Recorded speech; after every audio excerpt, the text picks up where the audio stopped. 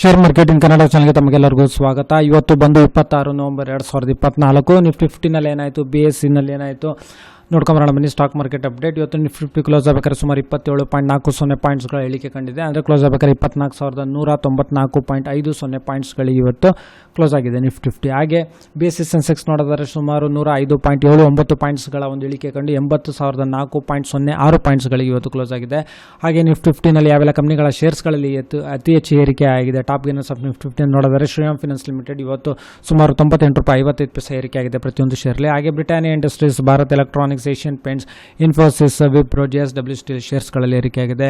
ಹಾಗೆ Hindalco Industries, Tata Consultancy Services, Tata Consumer Product, SBI Life Insurance, Tech Mahindra, Reliance Industries, IndusInd Bank, ಹಾಗೆ Tata Steel ಮತ್ತು HCL Technologies, Nestle India, ICICI Bank, Hindustan Unilever, ITC ಮತ್ತು Apollo Hospitals ಶೇರ್ಸ್ಗಳಲ್ಲಿ ಇವತ್ತು ಏರಿಕೆಯಾಗಿದೆ.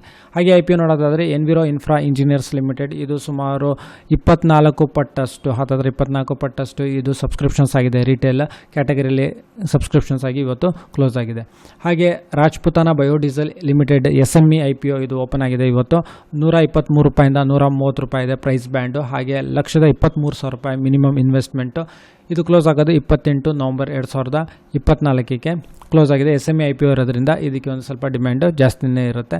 Retail ಕ್ಯಾಟಗರಿನಲ್ಲಿ ಸುಮಾರು 2 ಲಕ್ಷ ತನಕ ಇದಕ್ಕೆ ಅಪ್ಲೈ ಮಾಡ್ಬೋದು. ಸೊ ಈ ವಿಡಿಯೋ ನೋಡೋದಕ್ಕೆ ತಮಗೆಲ್ಲರಿಗೂ ತುಂಬ ಧನ್ಯವಾದ. ದಯವಿಟ್ಟು ವಿಡಿಯೋನ ಲೈಕ್ ಮಾಡಿ, ಶೇರ್ ಮಾಡಿ, ಕಮೆಂಟ್ ಮಾಡಿ, ಚಾನಲ್ ಸಬ್ಸ್ಕ್ರೈಬ್ ಮಾಡಿ. ತಮಗೆಲ್ಲರಿಗೂ ತುಂಬ ಧನ್ಯವಾದ.